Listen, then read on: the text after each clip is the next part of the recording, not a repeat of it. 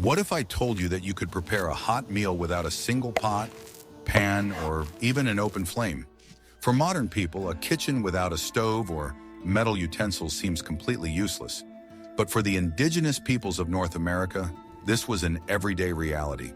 For centuries, they created culinary masterpieces using only stones, earth, water, and their own incredible ingenuity. These methods not only replace the utensils we are accustomed to, but often surpass them, preserving more of the nutrients and flavor in the food. Watch the video to the end to find out how a simple hole in the ground became the most perfect pressure cooker in history and why the icy wind could cook meat better than any fire.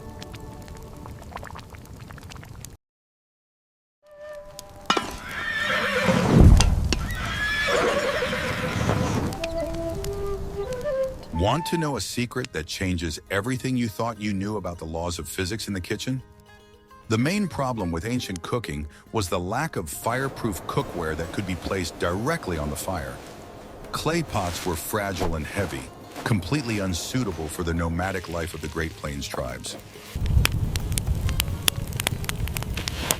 Wicker baskets or birch bark containers would instantly burn if they touched the flames of a fire.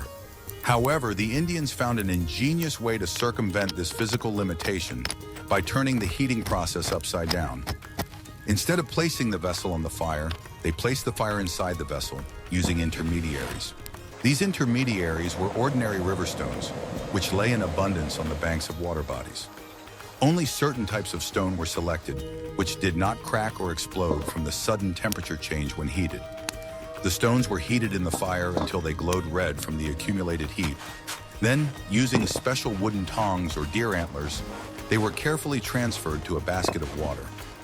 This required great skill and caution so as not to damage the walls of the container and not to burn oneself. As soon as the hot stone touched the water, it instantly began to hiss and bubble, absorbing the heat.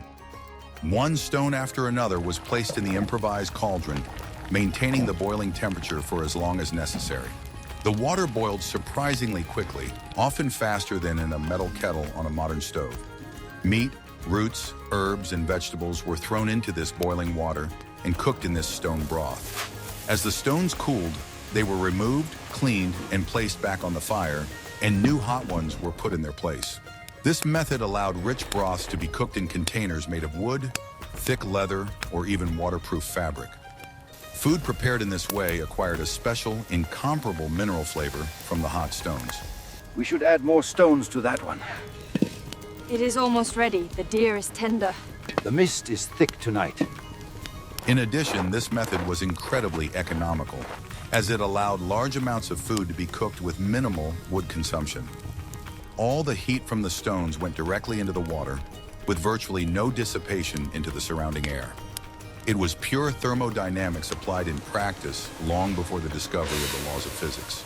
Surprisingly, wooden and wicker baskets did not suffer from high temperatures when using this cooking method. The water instantly cooled the surface of the stone on contact, creating a protective steam barrier. The walls of the vessel were heated only by the liquid itself, but never reached the combustion temperature. Thus, the same basket could serve a family for years, traveling hundreds of kilometers with them. It was the perfect solution for a mobile lifestyle, where every extra kilogram of cargo mattered. The stew is almost ready! Good, the wind is making everyone hungry. The Indians of the tribes living in wooded areas perfected the art of weaving waterproof baskets. They used spruce and cedar roots, weaving them so tightly that the container did not let a single drop of moisture through. When wet, the fibers swelled, sealing the weave even more securely and turning the basket into a monolithic vessel. Such containers could be used not only to cook soup, but also to brew medicinal teas and decoctions. It was the pinnacle of engineering, embodied in natural materials. We would be very interested to hear your opinion. What do you think? Could you cook dinner using only hot pebbles and a wooden bowl? Write about it in the comments.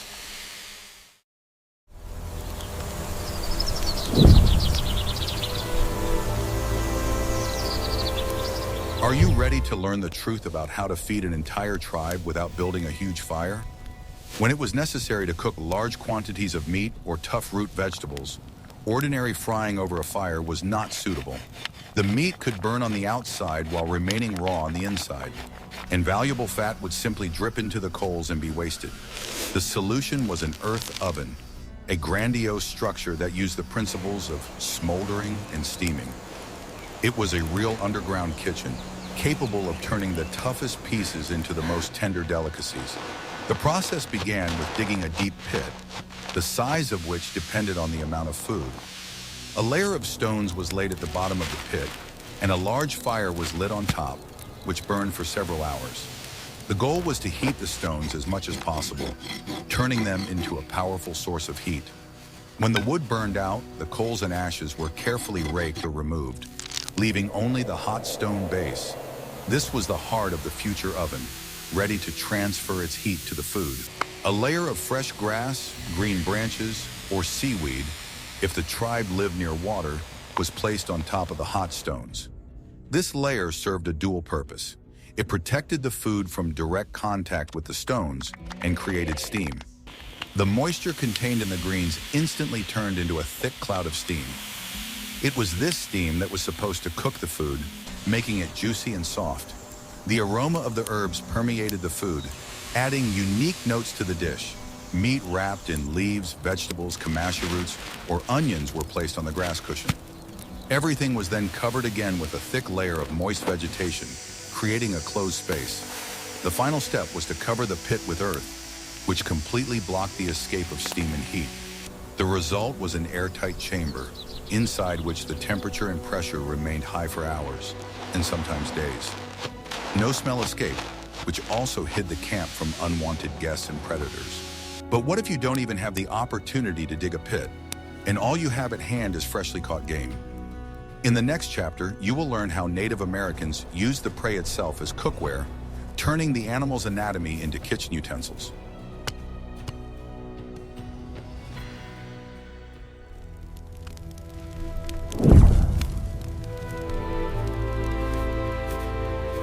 What I am about to show you may seem unbelievable, but it was an everyday reality of survival. Imagine the situation. You are in the middle of a vast plain. You have meat, you have water, but you have absolutely no cookware. How do you cook soup? The answer of the Plains Indians was simple and ingenious. Use what is already inside the hunted animal. The bison's stomach, thoroughly cleaned, was turned into a durable, waterproof, and fireproof pot. The stomach of a ruminant animal is a unique organ created by nature from the strongest muscle tissue. It can stretch to hold large amounts of food while retaining liquid. The Indians carefully removed it, washed it, and secured it to 4 stakes driven into the ground.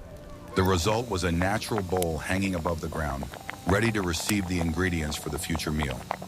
The walls of the stomach were thick enough to withstand the weight of water and meat. Water was poured into this improvised pot, and pieces of meat, fat, wild onions, and herbs were added. Then the familiar hot stones were lowered directly into the stomach. Surprisingly, the muscle tissue did not boil or burn from contact with the hot stones. The water inside absorbed the heat so quickly that the walls of the pot remained intact. It was the perfect use of the physical properties of biological material. This method of cooking had a huge advantage. It made it possible to use all parts of the animal without waste.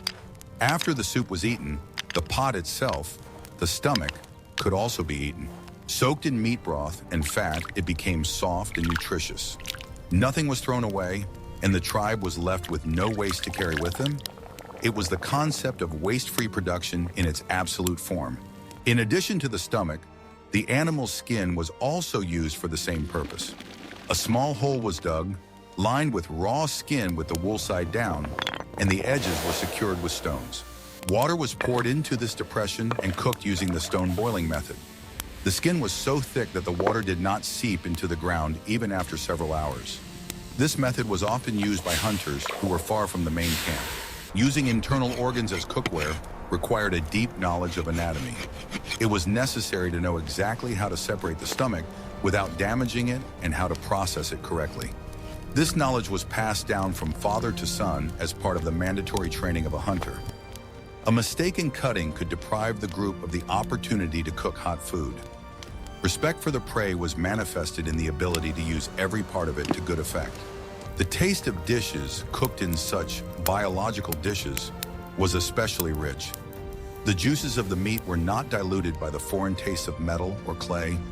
The fat, which was usually melted over a fire, remained inside the broth, making it incredibly high in calories. This was critically important in the conditions of cold winters and constant movement. 1 cup of such soup provided energy for a whole day of hard travel.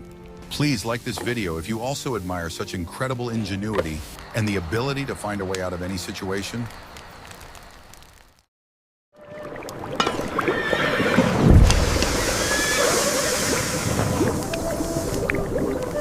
What if I told you that it is possible to cook food without lighting a fire or heating stones? In some regions of North America, nature itself provided a source of boiling water and steam. Areas with geothermal activity, such as the territory of modern Yellowstone, were like giant natural kitchens for indigenous peoples. Here the earth breathed heat, and one only needed to know how to safely harness this power. Hot springs and geysers replaced dozens of campfires. The Indians knew perfectly well where to find safe hot springs where the water was hot enough for cooking, but not poisonous. They placed meat, fish or roots in woven baskets or nets, and lowered them into the natural boiling water. There was no need to gather firewood, tend the flames, or fiddle with stones. The ocean provided them with free hot energy 24 hours a day. It was perhaps the laziest and most efficient way of cooking in history. In areas with fumaroles, cracks from which hot steam escaped, natural steamers were set up. Food was placed on a grid of branches above the steam outlet and covered with grass or animal skins. The hot steam permeated the food, cooking it quickly and delicately. Fish cooked in this way was incredibly tender and juicy. This method completely preserved the natural taste of the food without adding the smell of smoke. Using geothermal energy required great care and knowledge of the area. Some sources were too hot or emitted water unpredictably. Others contained dissolved minerals that could spoil the taste of food or make it dangerous. Knowledge of safe kettles was an important part of the tribe's geographical wisdom. These places were revered as sacred, where the spirits of the earth shared their warmth with humans. However, even without hot springs, Native Americans knew how to cook food without heating it at all, using cold and wind. In the next chapter, you will learn how frost can replace fire and preserve meat for years. Would you risk eating a meal from a geyser?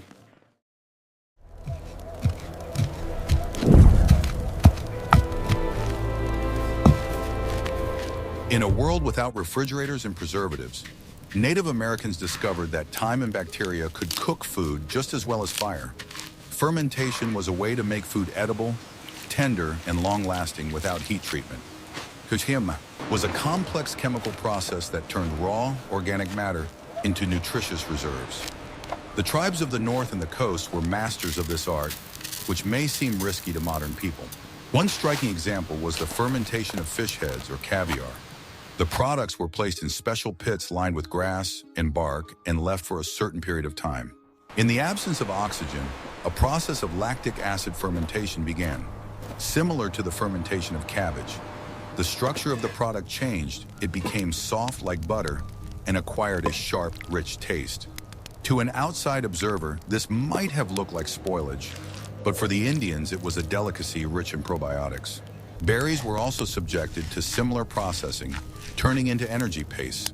They were mixed with fat and herbs and left to mature in a cool place. The acid in the berries softened the tough skins and preserved the mixture. This product could be stored for months without losing its nutritional properties. This was vital at the end of winter, when fresh food was no longer available. Some types of roots and tubers were poisonous or inedible when raw.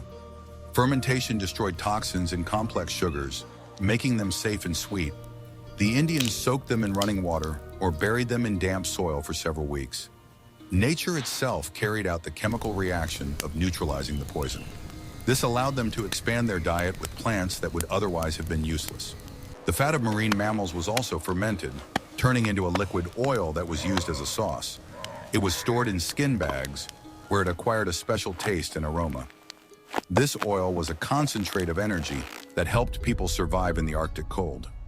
Dipping dried meat in such fat was a common way of eating. Fermented fat was easier for the body to digest than fresh fat. The fermentation process required strict control of conditions and time. A little more heat or moisture, and the product could rot, becoming deadly. Knowing how to distinguish good fermentation from rot was critically important. It was a science bordering on art, passed down by word of mouth. A mistake could cost the entire tribe its life. Fermented foods had a powerful smell that could repel the unprepared. But it was this smell that indicated the readiness and nutritional value of the dish. The taste of such foods was rich, complex, with sour and spicy notes. They diversified the bland winter diet and stimulated digestion. Chemistry replaced physics, and patience replaced heat. But there was another method of preservation and cooking that used the main enemy of life, the icy cold.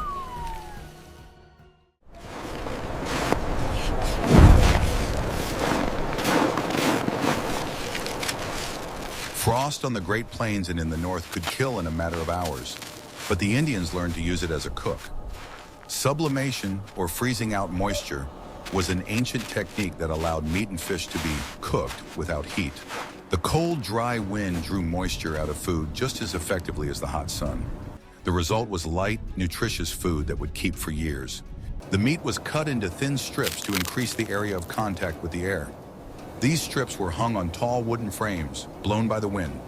In the cold, the moisture in the meat crystallized and then evaporated, bypassing the liquid phase. The meat did not rot, as bacteria do not multiply at low temperatures.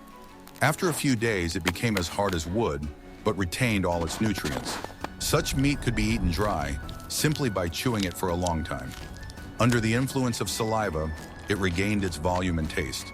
It was the ideal camping ration, light, compact, and requiring no time to prepare. A warrior could chew a strip of meat on the go without stopping for a break. This gave a tremendous tactical advantage in military campaigns. The pinnacle of cold cuisine technology was pemmican. Meat dried in the cold or sun was ground into powder with stones. This meat powder was mixed with melted fat and dried berries. The fat sealed the meat particles, preventing contact with air and oxidation. The resulting mass was pressed into leather bags and could be stored for decades. Pemmican was the ultimate superfood of its time. A small piece of this mixture contained thousands of calories necessary for survival in the cold. It did not require heating, cooking, or any processing before eating. But if there was time, throwing a piece of pemmican into boiling water would produce a thick and rich soup in a minute. It was the world's first instant soup and energy bar in one. Fish in the north was also prepared using the stroganina method. Freshly caught fish was frozen until it was rock hard and then cut into thin shavings. The cold burned the parasites and changed the structure of the protein, making the fish easy to digest. Combined with salt or herbs, it was an exquisite dish that melted in the mouth. It was a way to get fresh protein in the middle of an icy desert. Interestingly, freezing made the meat fibers more brittle, which made it easier to chew. What was tough when raw became brittle and pliable after freeze drying. Nature itself did the mechanical work of softening the tissue. The cold acted as an invisible hammer to tenderize the meat. The ability to use the climate as a tool was the highest form of craftsmanship. The Indians did not hide from the cold, but made it work for them. In the next chapter, we will talk about a material that allowed water to be boiled directly over a fire without burning: birch bark. How many years do you think properly prepared pemmican could be stored?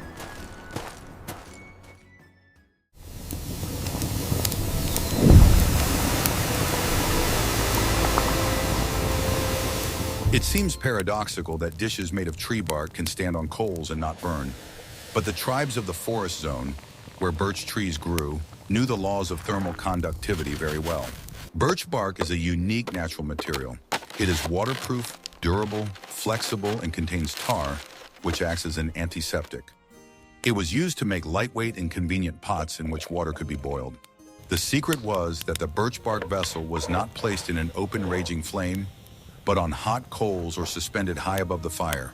As long as there was water inside, it absorbed heat from the walls faster than the bark could heat up to the ignition temperature. The water boiled at 100 degrees, while the birch bark ignited at a much higher temperature. The main thing was to make sure that the flames did not touch the dry edges of the vessel above the water level. Making such a pot required neither glue nor nails. The bark sheet was folded in a special way and sewn together with spruce roots. The seams were coated with spruce resin to ensure complete tightness. Such cookware was incredibly light. A 10-liter pot weighed only a few hundred grams. For nomadic hunters, this was a decisive advantage over heavy ceramics. Birch bark containers were used to cook soups, boil wild rice porridge, and brew maple syrup. Birch bark did not impart any foreign odors to food, preserving the pure taste of the ingredients. Moreover, the tar in the bark suppressed the growth of bacteria, so food in such dishes did not spoil for a long time. It was a natural, smart material with antibacterial properties. If a birch bark pot did burn through or tear, it could be repaired in a couple of minutes. A piece of fresh bark and a drop of resin solved the problem on the spot. And if repair was impossible, a new birch tree could always be found in the forest, and a new pot made in half an hour. It was an endless, renewable source of cookware, growing right around the campsite. Birch bark was a gift from the forest, but what if there was only steppe and ash around? In the next chapter, we will learn how ash and clay replaced the oven and foil.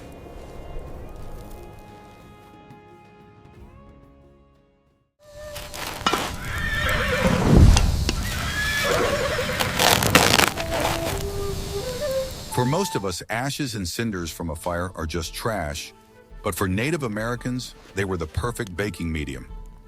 Hot ashes provide gentle, even heat from all sides, working like a modern oven. This method was used to bake bread, cornmeal tortillas, and roast vegetables. The key was to protect the food from direct contact with the ashes so that it would not become dirty and bitter. The easiest way was to wrap the food in large green leaves. Corn, reed, or burdock leaves created a reliable covering. Inside such a bundle, the dough baked, remaining clean and fragrant.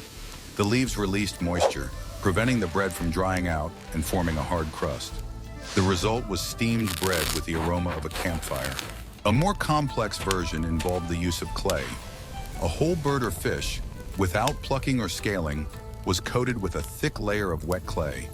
This clay lump was buried in the hot coals of the fire. The clay dried and hardened, turning into a brick capsule, inside which the juices boiled. When the dish was ready, the clay crust was broken. All the scales or feathers stuck to it came off with the clay. Inside remained the purest, juiciest meat, baked in its own juices. This was the most hygienic way to cook game in camping conditions. There was no need to spend time plucking and cutting up the meat, as everything unnecessary was removed along with the shell. The shell breaks. It smells delicious. Finally, we can eat. Vegetables such as pumpkin or potatoes could be baked directly in the ashes without any protection. Their thick skin served as a natural barrier. After baking, the charred skin was scraped off to reveal the soft and sweet flesh. Many people are familiar with the taste of baked potatoes from childhood, but for Native Americans, they were a staple of their diet. The ability to bake in ashes and clay made cooking possible in any weather. Even in the rain, the hot coals inside the fire pit retained their heat. It was a reliable technology that fed people for millennia.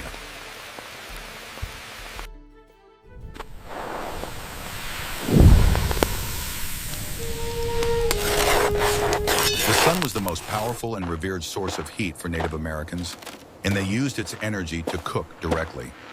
Drying in the sun, or sun drying, was the primary method of preserving crops and meat in southern and desert regions. The sun's rays did more than just remove moisture. They changed the chemical composition of the food, concentrating sugars and flavors. It was the most environmentally friendly way to cook, requiring not a single twig of firewood. Fruits, berries, pumpkins, and corn were cut up and laid out on flat stones or woven mats. The stones heated up in the sun, acting like a skillet with bottom heating, and the hot air from above finished the job. In a few days, the juicy pulp turned into sweet, chewy candy or hard chips. Such products took up 10 times less space and weighed next to nothing. In desert regions, where surface temperatures could reach 70, 80 degrees, eggs and thin flatbreads could be fried on stones. Native Americans used dark flat stones as natural solar ovens. Dough spread in a thin layer on a hot stone, dried and baked in a matter of minutes. The result was crispy bread baked by light. Solar drying also killed bacteria and fungi thanks to ultraviolet rays. It was a natural way to sterilize food. Meat dried in the bright sun was covered with a protective crust that was impervious to insects. Indians often salted food or rubbed it with hot pepper before drying to scare away flies. This preservation method is excellent, child. The meat is perfect. Thank you, honored elder. It will last us through the dry season. This method allowed them to create reserves that saved lives during droughts or crop failures. Solar fire was free and endless. The only condition was clear weather. Therefore, the sun kitchen season was a time of intense work to harvest everything that could be gathered or obtained. The use of solar energy was the pinnacle of an eco-friendly approach to life. No smoke, no ash, no deforestation. Only the pure energy of the sun transformed into food for people.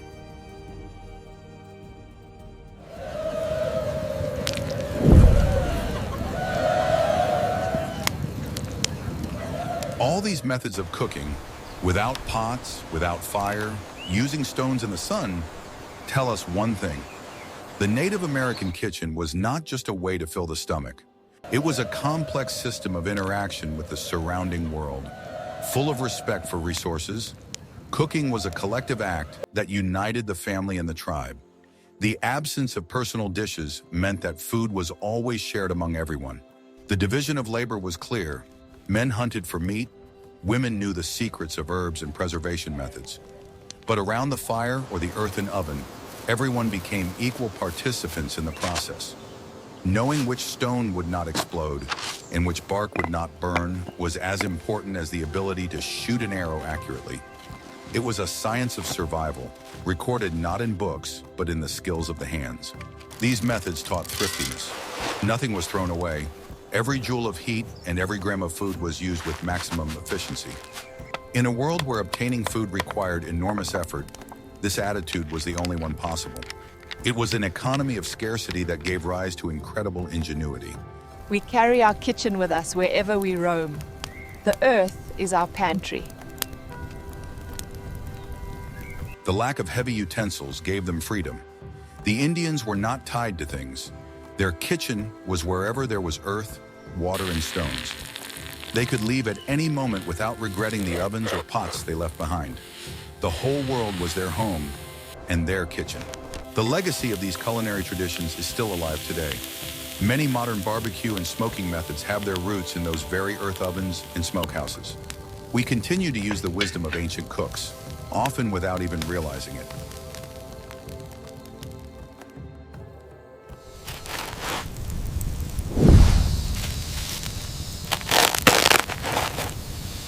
We have seen an amazing world where the kitchen is not limited to four walls, and cookware grows on trees or lies on the riverbank. The Native Americans have shown us that the absence of technology in the modern sense does not mean primitiveness. On the contrary, their methods, stone boiling, earth ovens, the use of animal anatomy and the forces of nature, demonstrate the highest level of understanding of physics, chemistry, and biology. It was cooking based on a deep partnership with nature, not an attempt to conquer it. The ability to prepare a full meal without a single factory-made tool is not just a historical fact, it is a lesson in resourcefulness for us all. In conditions where we have every conceivable convenience, we often lose this connection with the essence of things. The experience of indigenous peoples reminds us that true ingenuity is born where there are limitations, and that nature always gives us everything we need if we know how to see it. Which of these ancient survival techniques do you think would be useful to you on a modern hike or in an extreme situation? Write in the comments which method surprised you the most, and don't forget to subscribe to the channel so you don't miss new dives into the history of everyday life in the past.